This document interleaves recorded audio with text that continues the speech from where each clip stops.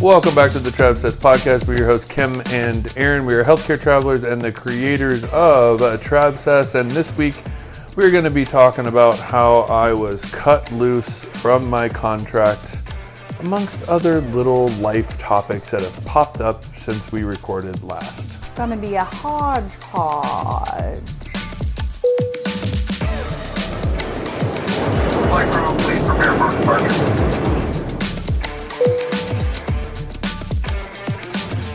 Okay, welcome back to this week's show. Oh boy. Did you ever play, like when I was a kid, my mom got me, it was like a laptop, but it was like games, which is funny because like I'm so not a gamer, but it had like different games and it was like learning games. So it'd have like word puzzles and hangman and like all these different games. It was like black and white. Nope, never had that. But one of the games was called Hodgepodge. I don't think they said it like that. Yes, that's how she talked. So like each game you would go into, like they would say the name of the game, and like that's how she talked. Oh. Hodgepodge. Okay. And it was like you had to like figure out what the word was with a couple of letters, and like you'd have to kind of figure it out. Huh. And I just remember being so obsessed with this little thing because I didn't have like Nintendo or anything like that, but that was like my gamer, I guess. I guess I am a gamer. You are. I mean, I'm not now, but anyways, I just thought of that. Interesting. Okay. So here we are. And, well, I will say we just got done. It's Sunday when we're recording this. And we just got done filming our very first workshop that we're going to be teaching inside of our membership. And it was pretty crazy. It was so it's funny because you and I haven't really, like, we love teaching, and that's how all of this got started, like our course and our Facebook group and everything, because like we would go live and we would teach, and we loved sitting down and like teaching. Like I love doing that with you. Like that's become like one of our favorite things to do. And I feel like we haven't actually sat in front of the camera in a long time and have like done a training. Mm-hmm.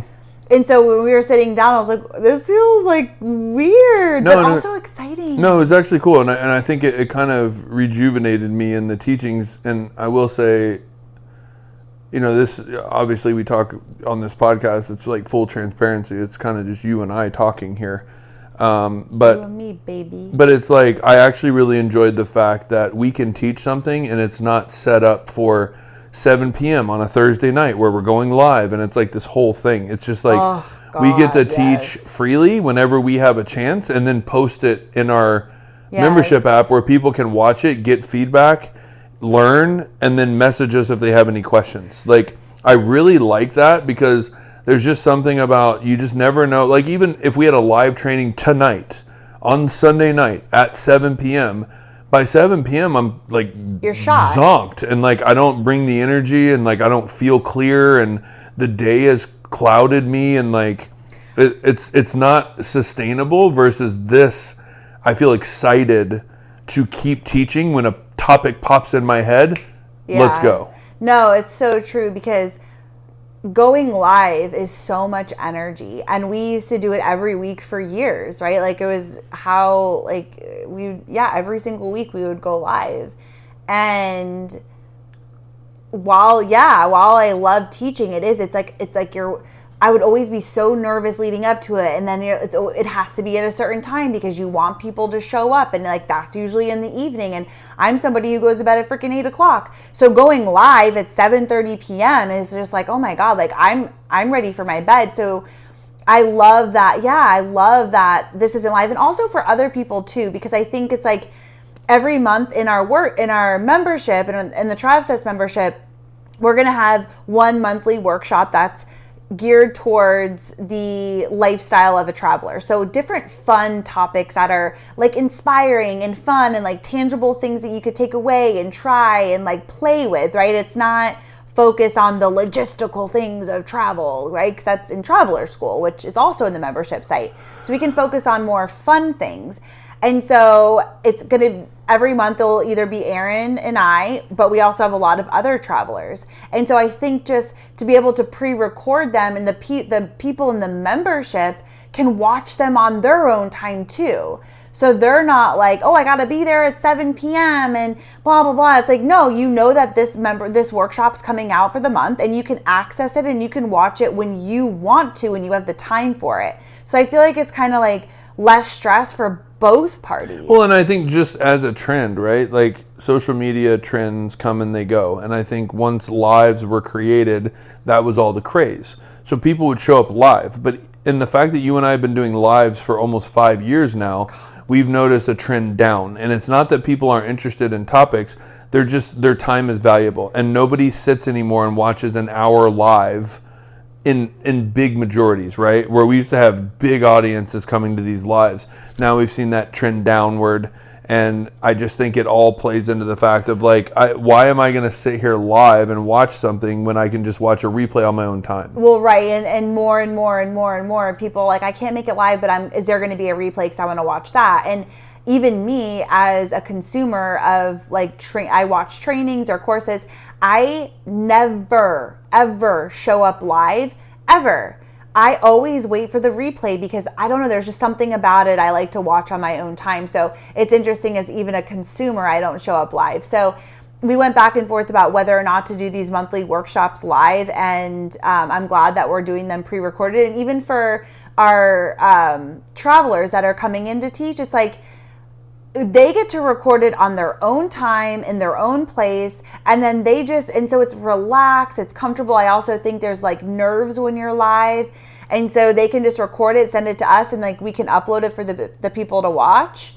But I will say that we still, like today before we hit record, we're like, okay, we're still going to teach this like a live, because I love our energy when we show up live. It's like we have our notes in front of us. We can kind of go back and forth. It's not like scripted and, you know, we got to edit this. We're like, no, there's no edits. Like we're just going to show up and teach like we're live. And that's going to be the training, because I think that's where we do our best, is when we don't feel scripted in any kind of a way. We can just be ourselves. So like that's how we're going to treat them, except they're not live. Well, and I will say really cool. There is something that, as much as I like to interact live with people, that kind of brings the energy. Yeah. It does distract away from the topics, and you and I usually fully load our trainings.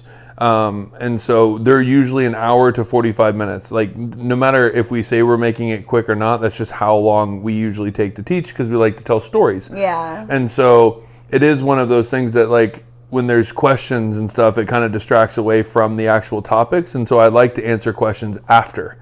Yes. I do enjoy that. Like, I do too. I feel better of people being like, oh, I have a question. And like, I just answer that question, not trying to do it all live away from like the topic that we want to get taught. Well, right. And we're also going to do, aside from the monthly workshops, we're going to do live Q&As for only the membership. And we're going to try that, because I do think there is something about just being live with the people who want to show up, that have a question or just want to talk about X, Y, and Z. And like, we just like, that's the opportunity to show up live with us, and we'll see how that goes. And if people are showing up, then great. That's something we'll keep up with.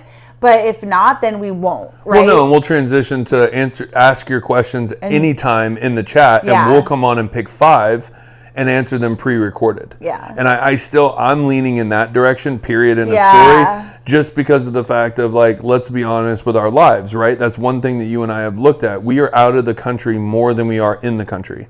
Mm-hmm. And so being able to be on the go leading these adventure trips, but still staying consistent within our membership site and answering these questions, the pre-recorded is the way to go. Well, and just the fact that, again, it's Sunday at 2:00.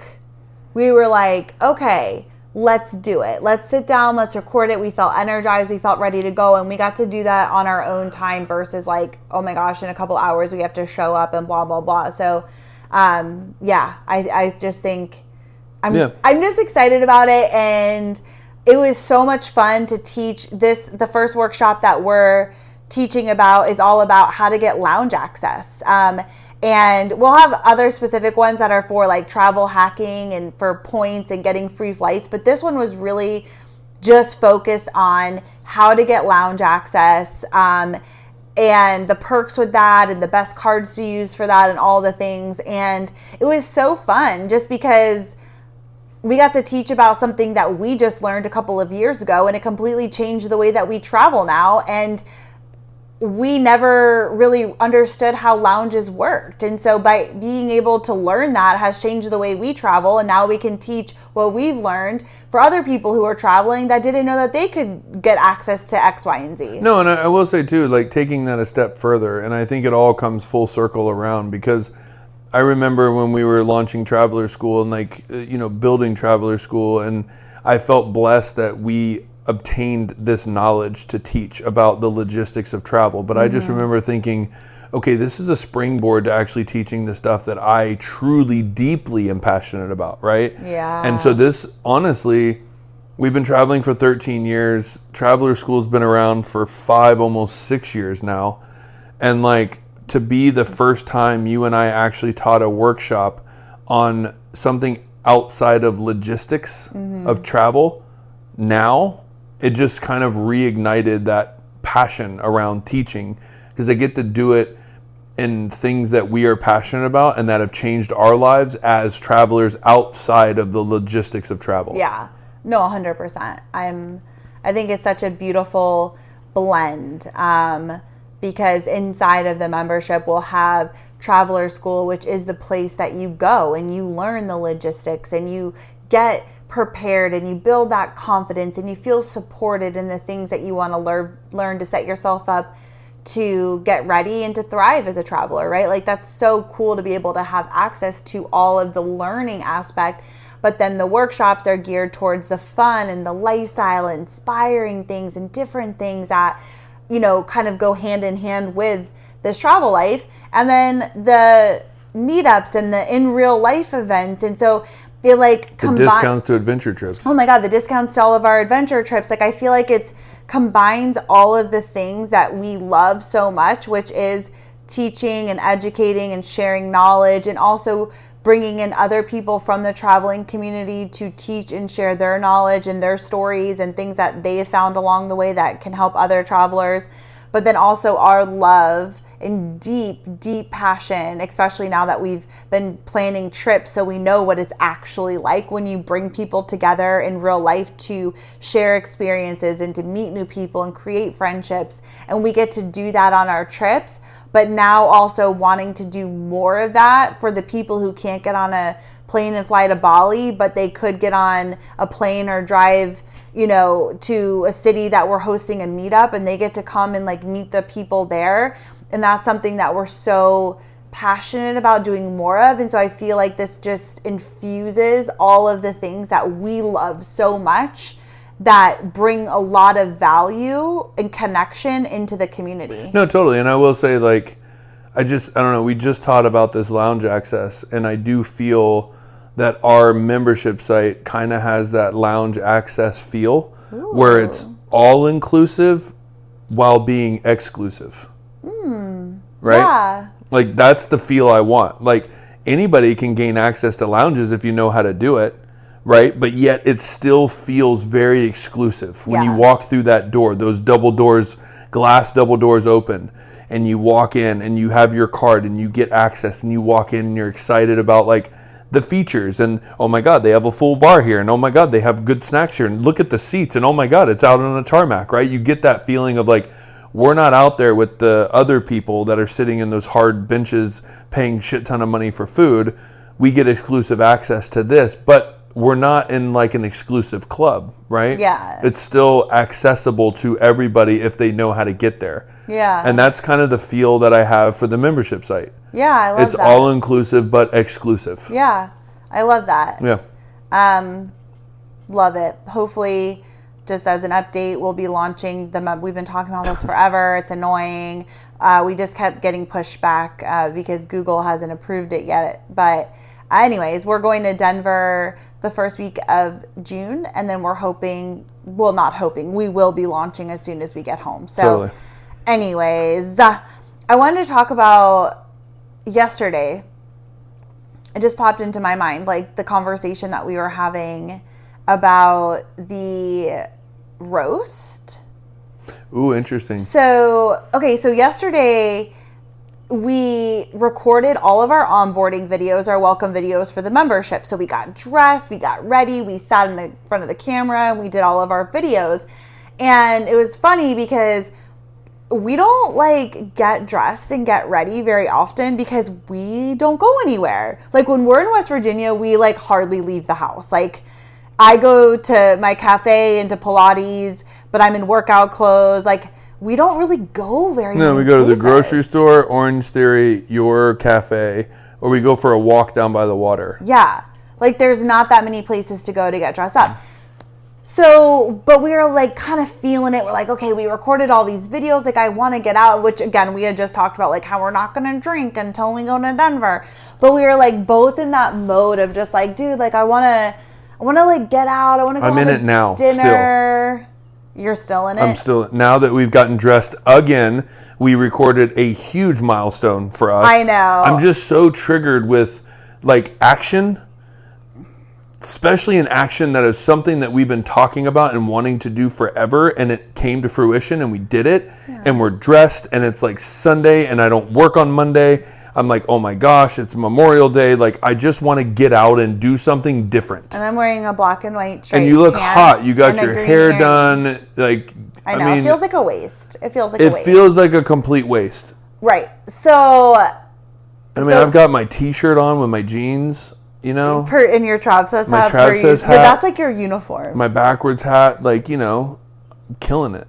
I love your, like, it's actually gotten to the point where when you're not wearing your backwards hat, I don't recognize you. No, I know, and everybody even said at work, they're like, I walked in because I didn't have my surgical cap in my locker. I had it in the IR room, and I walked in one day, and they're like, oh my God, you do have hair. They're like, that's what you look like? Yeah, they have no idea. It's jarring. I know, because I usually have my hat on until I wear my surgical hat. Yeah, it's freaking jarring. Okay, Yeah. So anyways, so we're obviously still in it. So last night we were feeling that, but we were both just like, dude, but there's nowhere really to go. There's nowhere that in our town that we're like, that sounds good. Like, it's a specific vibe. We wanted to sit outside. It was a beautiful night, have a healthy dinner, just get out of the house. And there's nowhere like that. It's either like a dark, dungeony bar place. The only outside place is a pizza place. We didn't want that.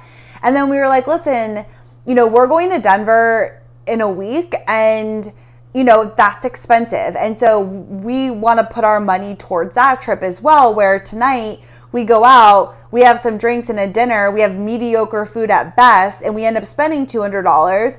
It's like, for what? Like, we could put that money towards Denver. And so we kept going back and forth, and we were just like, I feel like we're forcing it.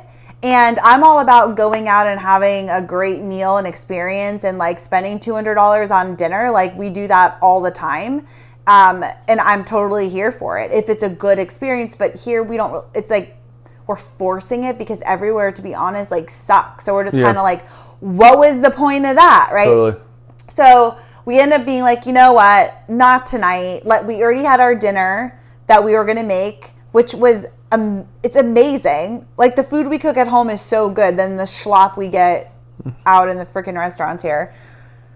So we put on jammies and we're like, let's just call it a night. Cooked our dinner. And then we have these gummies that we thought were weed gummies that we got in New York when we lived there because it's legal. So we were like, we bought like a pack of gummies that was like 2 years ago. We still have them. Mm-hmm. We're not big weed people. We don't do it very often. And so we were like, what if we had a gummy and then watched the Tom Brady roast because we heard it was really funny. And then you did research. So I basically did research, and it's like they're CBD gummies. Hemp. Is that the same thing? Yeah, they're hemp gummies. It's Delta 9, basically, which I'm not into like artificial infused kind of like things, but it has like 0.3% THC. So it's a very low THC, which we never really realized. Why are these 24 milligram gummies that will kill somebody, right? But then we realized that it's not 24 milligrams. It's like a mix, right? It's not even like a high THC count. So Kim and I used to take half and we would feel really crappy. So which is why we've had these things for 2 years. So then I was like, did the research. So I was like, well, let's just take a whole gummy, and the 0.3 turns to like whatever. And so we have the laughy kind of fun, relaxed mentality. And that's like, because that's what we were wanting last night. It was like, we worked all day, and you typically like break up your day, like, oh cool, we're done with work, let's get out of the house. Yeah. And we were just like I didn't want to just sit and watch a movie. Like we do that, it's like we wanted something just to kind of that feels like Sunday night. Think. Yeah, and just like giggle and like have fun. And so we're like, okay, cool, let's just take the whole thing. We'll see how it goes. Nothing to lose, whatever. If anything, we just get tired and go to bed. So we took it, we watched the roast, and honestly, like, we had the giggles. It was fun. And I don't know if it was the gummies or the fact that was just actually... It was funny. That was funny. But I felt high. I did feel high. Like, I was, like, in that giggly mode. After the roast, I was roasted. What do you mean? I was pretty messed up last night. I mean... After you went to bed and I was laying here on the couch, like... I was like, holy crap. Yeah. Like, wow. Like, when I close my eyes, which is weird because we took it at 6. It kicked in at like 7. But I went to bed at 11, which for me is very late. But I was like, I still like felt it. I mean, I was hallucinating a bit last night, like in like dreams and stuff, and like flinching and twitching. And I don't know. I'm going to throw that whole package away. Like... Not a fan. I was laying there in bed. Erran wasn't in bed yet, or you weren't in bed yet. My back was turned towards the window, and I swear to God, somebody slowly was taking the blankets off of me. And I literally was laying there, like, my eyes open, just scared. And then I was like, did you come in the room? And you circled around, and I, like, turned around, and nobody was there. Yeah, no, I mean, I literally was seeing, like... There was somebody in the house. It was basically a portal to let in all spirits, because it's like I was seeing things, like, fly down to the bed, and then it would jolt me awake, and then, like, it was like a blur of something, and, like, I was all over the place. But it was, like, not anything that I've ever felt before, which was very strange. But I think overall it was, like, a fun, giggly... Yeah. Just, like, chill, relaxed vibe. So what was interesting is, so we're watching the Tom Brady roast, and if you've seen it, then you've seen it, you know what we're talking about. But I had this thought, and I was like, so I've heard, like, oh my God, it was so funny, and, you know, you got to watch it, and all these celebrities and all these people, whatever. Plus all the controversy that came with it. I mean, there was, like, a whole bunch. Yeah, it was, right. So we're like, let's watch it, and I had this thought while we were watching it, like, it's actually really bizarre if you think about it, that as a society we are all getting pleasure and entertainment by watching people just destroy and say horrible things, tear people down, make them feel like shit. And I know that it's quote unquote funny and it's a joke, but we're all watching this as entertainment, and it made me think of like the Gladiators, where like that used to be a form of entertainment, of come watch this lion fight this man and see who dies first. Like, what the hell? Like, how barbaric is that? But it almost feels like that emotionally. 100%. What, like, the whole idea of a roast, I feel very like it's very barbaric. I also had a lot of respect for people that you can get ridiculed, and some true, some not. But you know, I always tell people this. The first lesson I learned in college, my first class ever, was Psychology 101, which I really enjoyed. But the first lesson she taught us was that there's no such thing as a joke. That basically there's truth behind every joke. When somebody says I'm joking, they're basically waiting for your reaction to then claim if it's a joke or not.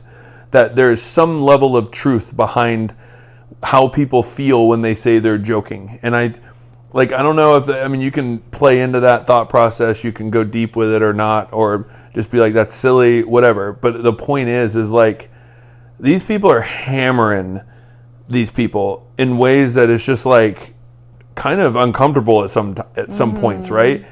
And it's all wrapped up in quote unquote comedy, right? So it's in that pretty package of bubble wrapping with comedy. It's just a joke, it's funny, haha. The funnier, the more in depth they go. But like, these people are sitting on stage and they're being made fun of in very vulgar ways, and going into their character and who they are, and like, issues that people have had that are very personal, that because they're celebrities, people are involved in.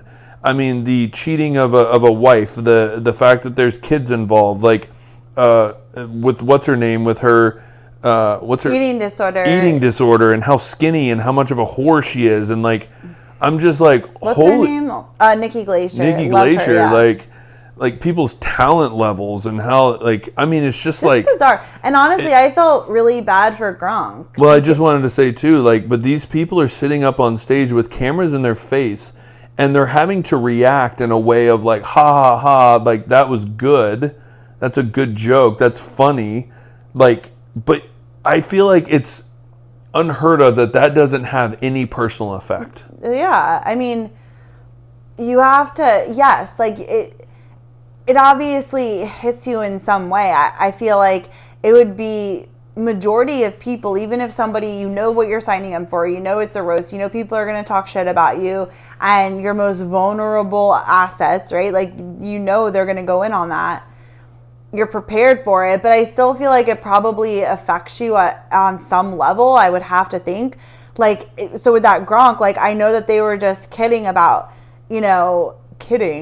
him being so dumb and so dumb and so dumb and such an idiot, and like kept saying that he's such an idiot. Like, I don't like that word, period, but it's like, I don't think that's funny. And yes, he did a great job, and yes, he got up and did a thing, and I get it, but to me, I'm just like, to just tear someone down so much and just like, what a freaking idiot. I don't know, I just don't find that funny. I just don't. But I mean, you were laughing your ass off. I know, but like, look, that's what I'm saying. That's what made me think as a society, as a culture. And I'm not saying I'm above that, because I was there too. And I just had that thought of, wow, that's really bizarre that we all are watching this, laughing, thinking it's funny at the expense of somebody else.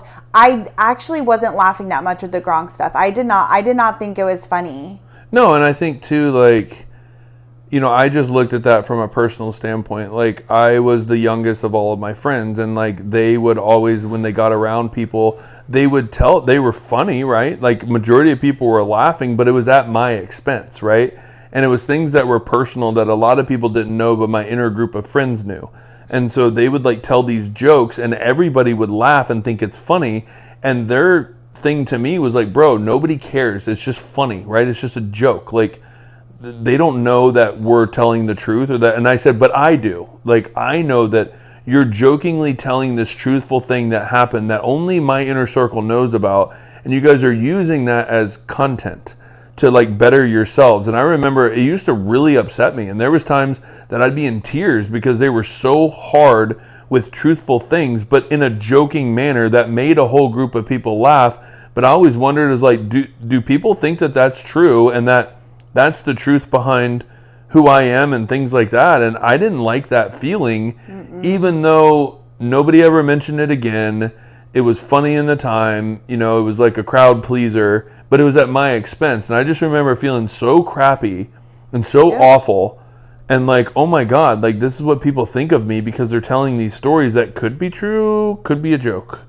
Yeah. And I just don't like that feeling. I feel like laughing at other people's expenses. Like, I remember in middle school, like, because I've always been somebody who's friends with a lot of people, and always naturally, I feel like, never wanted people to feel made fun of, or like, I don't know, I just feel like I was always aware of that, and I wanted people to feel included. And like, we had a good group of friends, and we were in PE, and there was a girl who, again, like, this is so sad, but because obviously her family made her do this, but like she had a really short like buzz cut, and then they would make her wear really long dresses, and she couldn't show like her legs, and I'm obviously religious stuff, I'm assuming.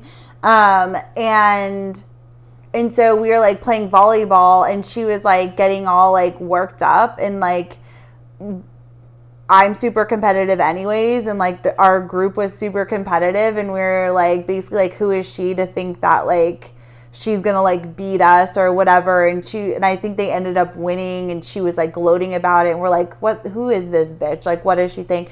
And so we had a shirt, and her name was Katarina, and we wrote Katarina is a boy, and then I wrote like Mr., and we threw it at her over the locker, and like and I'll never forget this, and so it like got into like a mean girl kind of a thing, and she like opened it, and she was like crying, and like came over, and she was like crying, and then we ended up getting in trouble. We had to go to like the ISS or whatever, like the in-school suspension. It like turned into like this big thing. But I'll never forget that, of like I felt inside of like we were all laughing too. We were like, oh my God, haha, like laughing about it, and just like I can only imagine how terrible she felt, and like with her crying. And I'll never forget that. I was like, I never want to make someone feel like that again, because I thought it was funny, and I was kind of like leading the whole thing,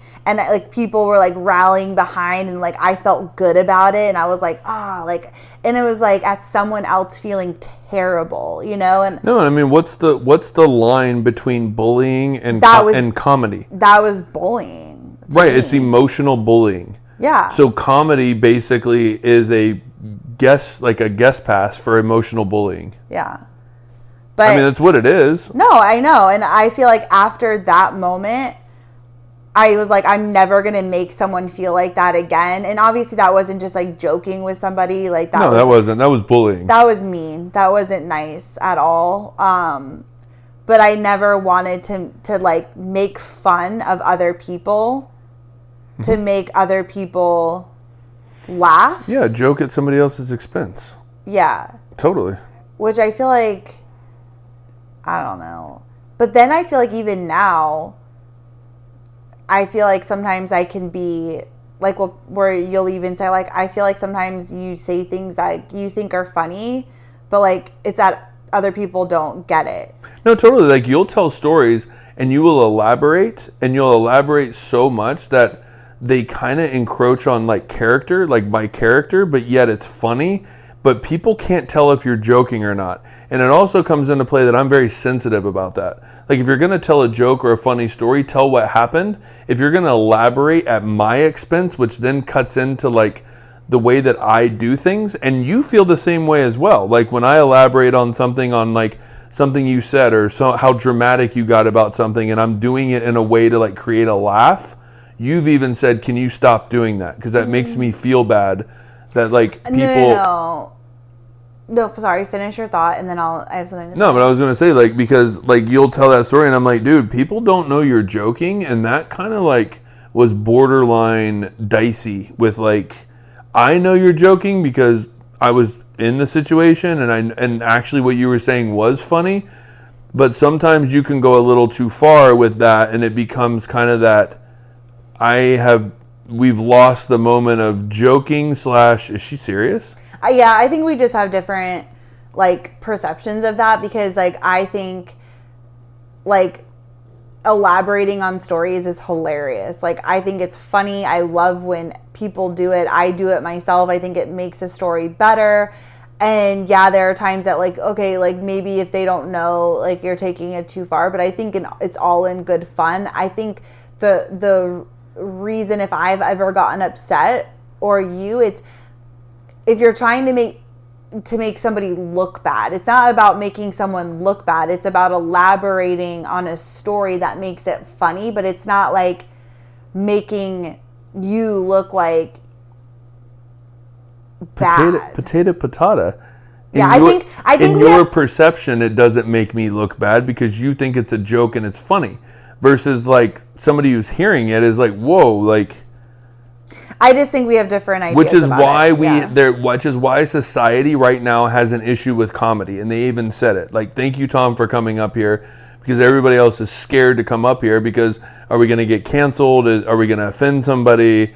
Like, what is it? Because comedy runs that line of, like, honestly, you're calling out something that people are now offended by. And there are too many people in this world that are offended by everything, right? Like, it's just kind of the world that we got into. But so comedy is a fine line, right? And I think comedy is emotional bullying with a laugh factor.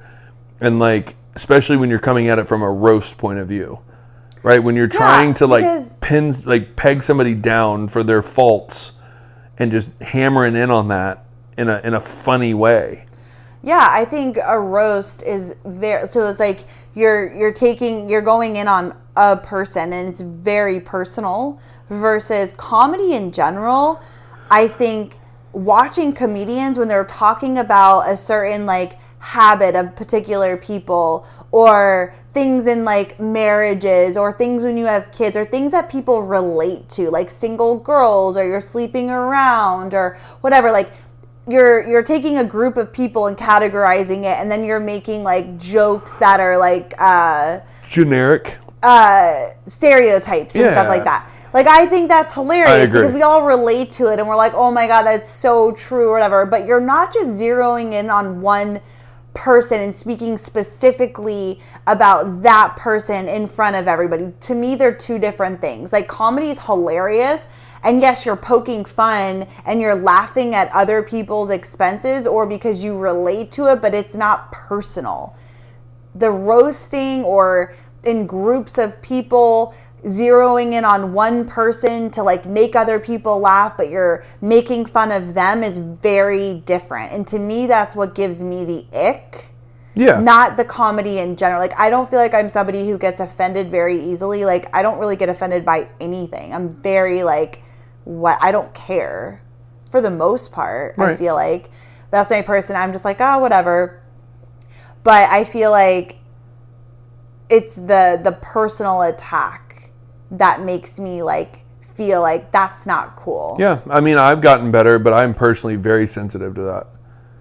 And like, it's it's like there's people at work that she's our supply person, but she's like, you're doing a really good job today. Like, and it's very sarcastic, very like, and I'm like, I know I do a good job every day. Like, God, angry Bobby. Well, see, that's the thing. It's like, it comes off as like, I instantly am like, one, why would you say that? Two, not funny. Three, it's just me and you.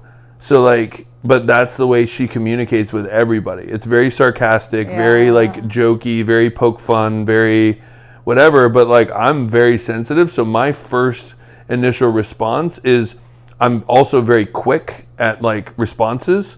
And I think that's a defense mechanism. Like, I've learned how to be funny and also flip it really quick. Like, for like how like comedians are known for hecklers, like they can flip it so quick and turn the limelight on them and almost make them more embarrassed for like speaking out. They're just quick like that. Like, I learned how to do that at a very young age, like very quick. It was my defense mechanism. Take something, flip it back at them, make it even funnier. So then people forget what they said about me and they're looking at what I just said about them. Mm-hmm. A lot of times that came off as angry, right? Because then I would just go for the jugular, like immediately. So there was no response, right? And so like, I learned how to do that. And so I tend to do that, but I've gotten better because it does trigger me. Even when she says that, like, you're doing a great job today. Like, I want to be like, shut the fuck up. Like, shut up. Yeah. Like, but it's so some people are more sensitive to that than others. That's true. I guess like, I get really defensive about, I get triggered by people calling other people like idiots or dumb, things like that. And like, I think that's labeling. I think it's personal to me because that used to upset me so much if people would just be like, assume like I'm ditzy and I'm like dumb or I'm this or I'm that, and like that was something that I guess that's more personal. I don't like seeing anybody being called that, or like that will like or I feel like if somebody like came up to me and was like called me like dumb or something, that would like really upset me. Yeah, totally. That's something that would get me going, where I feel like there's really not a lot of things that will, but there's something about that I'm like, or when people say like joking around, you'll hear this a lot. I think people use this term a lot and I just don't like it. But they're like, "Oh my God, you're such an idiot." Like, I don't like that. To me, and I know people say it all the time, just in normal life. They're like, "Shut up, you're such an idiot." Like, people say that to like their partners and stuff too. Like, "He's such an idiot." And I'm like, there's just something about that word. That's what they were saying to Gronk a lot last night. There's something about that really triggers me. And I'm like, there's nothing funny about calling somebody an idiot. Well, right, but that's your personal... It's just how I feel. Yeah, exactly. But that's not how people use that term. If somebody calls me an idiot, that upsets me. Well, exactly, but that's coming from... Other people might not think that that's a personal dig. They're just saying idiot means just like, "Oh my God, you're crazy." Yeah, you're right. So, like, to them, the word idiot doesn't have any depth versus it does to you. Yeah. Which is interesting, right? Because it all comes off of, like, again, what we believe. And, like, what I always say is I try to use index fingers over thumbs all the time. But if I use thumbs, it's just like, that's my own insecurity that somebody else doesn't know about. And I don't expect them to know that. But they have a meaning of a word or something that they use freely that might trigger me, but that's not their fault, right? Like, that's something that, like, man, why does that upset me? Like, yeah. So therefore, it's just great. It's a fine line with, like... I totally agree. I'm a firm believer that if you're triggered by something, it's a you problem. That why are you triggered? Like, other people don't really trigger you unless there's something in you that it's triggered for a reason. Yeah. And that's how I try to always look at things too. If I'm triggered by something, I'm like, what is it in me? Because it's not that person. They're not the problem. Right. And so I try to look at that of like, why does that upset me? If somebody comes over and calls me an idiot and I'm triggered by that, okay, well, there's something in me that feels like maybe I am. Well, so not upset. Like, if somebody came up to me and like called me a whore, I'd be like, cool. Like, it wouldn't even make me blink. Like, I would be like, okay. Like, I don't even feel defensive about that because there's nothing in me like that believes that. So like, that wouldn't upset me. But yeah, so there's a reason why we're triggered by certain things people say. Totally. Because it's our own personal experience and how we've digested it and our perception and past experiences with that particular situation. No, totally. Right? And I literally, from the intro of this podcast, did not see this conversation I know, happening. like, how did we get here? We were just literally going to talk about new things because, I mean, that is kind of... This leads right into it. It's a good transition. So, like, I learned last week on Thursday, that they were not going to extend me in West Virginia, which basically it's been assumed since October that when my contract's up, they're just going to keep me for as long as I personally want to stay. Yeah, we felt like this was just like a shoo-in. You could come whenever you wanted. Yeah. And you were here till August. Yeah, which is a recent change. So my contract was from February 14th to July 3rd. That was my new extension, right? And so then I'm like, oh, well, Kim and I aren't leaving July 3rd, so, like, I'm going to be here till August until we leave for Oaxaca. And, like, so I might as well just stay. And, like, if they want me to work another 4 weeks, like, I'll just work. That's fine. It's a shoo-in. It's done. And, like, according to the physician I work with, she's like, yeah, as long as you're here, you're going to work. Like, we want you here.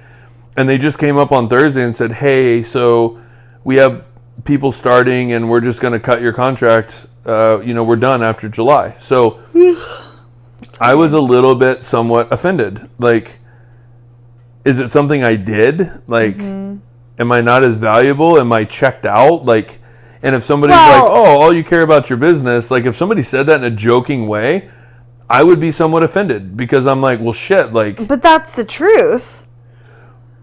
And you even said the week before, because you've been checked out since we've been home from Patagonia, right? You've just like, I haven't been able to click back into this contract. I'm just like on the struggle bus. And you even said, I feel like they're not even going to want me to extend because like I'm so checked out here. Like I'm not being my best traveler self, even though your best traveler, you not being your best traveler self is still phenomenal because you're such a help. You're such an asset. Everybody loves you. The doctor loves you. Like you're so helpful to that team. So I know that they love you, but so it's not like a personal thing. But when you said like, I feel like I'm checked out. And so they're probably not going to want me to stay. Well, and I think too, and that's a funny little thing to what we're talking about. Like if I was cut because I have been very visible with like, especially with the life that we're currently in with all these trips and figuring out our adventure trips and Travsessed and like launching this new membership and like all these things are way more important to me than going into the hospital. Mm-hmm. So like it is what it is. But I try to put on a face that when I'm at the hospital, I'm locked in. You are though. Right? And like nothing else matters. I'm there to help. But I have been feeling like I've been trying to push that boundary a little bit of like, what can I get away with that maybe I'm not fully connected as I should be. Maybe I'm not fully excited about cases as I should be. Like, and so have I pushed that boundary too much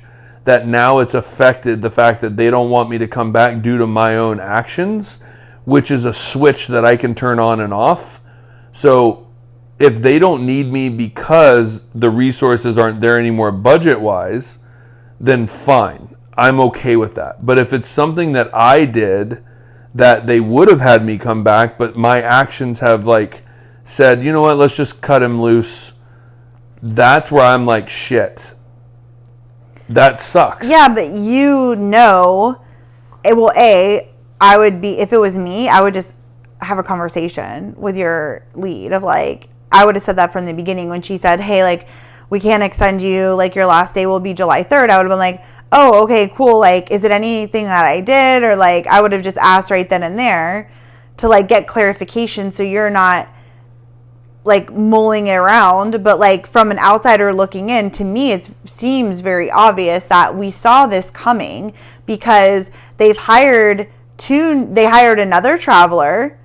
And also, and I get that because you were coming and going. They give you so much flexibility. They're like, come for 6 weeks, leave for 4, come back. Like in between our trips, they really worked with you. And so then they brought in another traveler to be able to cover while you were always gone. And then brought in another one. Then they hired another full-time person, and now they brought in another traveler to come in to cover through October because you were leaving in August regardless. So we saw this coming. So I don't think it's anything you did. I think it's because they have so many people that like they're trying to train their own staff, full-time people. So it's like, that's how I see it because I know how amazing you are and like how much they all love you so much. But I would have just asked her straight up, why didn't you? Well, one, because she hit me right before I was scrubbing in for a case. So I'm not going to have like an in-depth conversation when the patient's on the table and I need to put my gown on and get the patient ready to go for an exam. So it was like perfect timing on her part because it didn't lead to discussion. So now that I've molded over, now it'd be like, hey, like I just want to ask. Yeah. So just for your own peace of mind. I mean, I have no doubt, and that's another thing. Like you said, if somebody called you a whore, you're like, oh, like I'm not even offended by that. Like the more and more I've thought about it, like the more and more I'm like, it's okay. Like I know I do a good job there. Like I don't need somebody to reinforce that exactly to me. So therefore, like, am I just digging for positive feedback? Yeah, right. Because if it's negative feedback, then I'm like, oh, okay, yeah, I see that. Yep. You know what I'm saying? So I'm not searching for anything other than like I want to feel that I was valued. And that's my own ego. But you already know you are because they've told you that so many times. So therefore I've done my job. My time there is up. Okay. I feel like we just worked through this then. We basically did. Yeah. So in a nutshell, now, so we thought so Oaxaca is August 17th. And originally we thought we were going to be here till August 2nd and then go home to Florida, bring our stuff, drop off Mimi with Aaron's mom, and then go do Oaxaca because then we're gone for the rest of the year, really. Even into next year. Well, we'll save that for next podcast because originally we were going to come back in November, but we kind of are maybe changing some things, which we'll kind of get into more. But now you're done July 3rd, so we're going to figure out then what the next steps are. Yeah, so I mean the plan right now, kind of where we're sitting, is like, it's kind of nice. Like, we're going to stay put in Wisconsin, in West Virginia, so that we can just use this month before we leave to not like relocate and like find a place to stay and like which family member are we living with and just stay in our apartment for a month until August 2nd or 3rd and then continue the plan, because that was like perfectly set up. Yeah. And so it'll be nice to be here and be able to focus fully on Travsessed stuff and the membership site and like still be comfortable in our own place with our own gym, with our own flow that we built. Because it was like, when you called me, I'm like, this is a huge shock because we just assumed it was just in the bag. Like, they hadn't actually done the extension yet, but we were like 100%, like you're saying. And so when you called me, I was like in a full panic because the thought we would have to leave here in a month and like we're launching this membership, launching New Zealand, getting everything ready for the trips that we're running this summer. There's so much that has to be done. And then you throw in, now we have to move and now we have to pack and now where are we going in Florida? Like, there's so much energy that comes from that. And now I'm like, oh my God, this is going to happen so fast. I don't have enough time. And also we're losing that month of income, which is huge, right? Like that. So that was another thing. I'm like, okay, right? So it was like a shock. We're like, we can figure this out, but it was very unexpected. So then when we were like, okay, well, maybe instead of moving right away down to Florida, like, let's just stay here for the month and use this month to like do all of the things to prepare for us leaving this summer and whatever. And so then I instantly felt more relaxed because I'm like, I'm not ready to go yet. Like, you know, so anyways, we'll figure it out, but it definitely was a shock. Yeah. Yeah, I feel like this podcast just went all over the place. It really did. That's typical, though. I mean, we did say it was going to be a hodgepodge. Yeah, you cleared that. So, anyways, I guess let's just leave it at that, and we'll pick up next week with kind of maybe some of the new thoughts or plans around our baby bucket list that we talked about last week. Yeah, okay. Perfect. All right, well. Right. We'll see you next week, and definitely check out the Tuesday Traveler Quick Tip that will come out Tuesday, and then we will be back on schedule Thursday for our probably another hodgepodge or our baby bucket list. Who knows? Stay tuned. Stay tuned. It's always a surprise. Always a surprise. Bye. Bye-bye.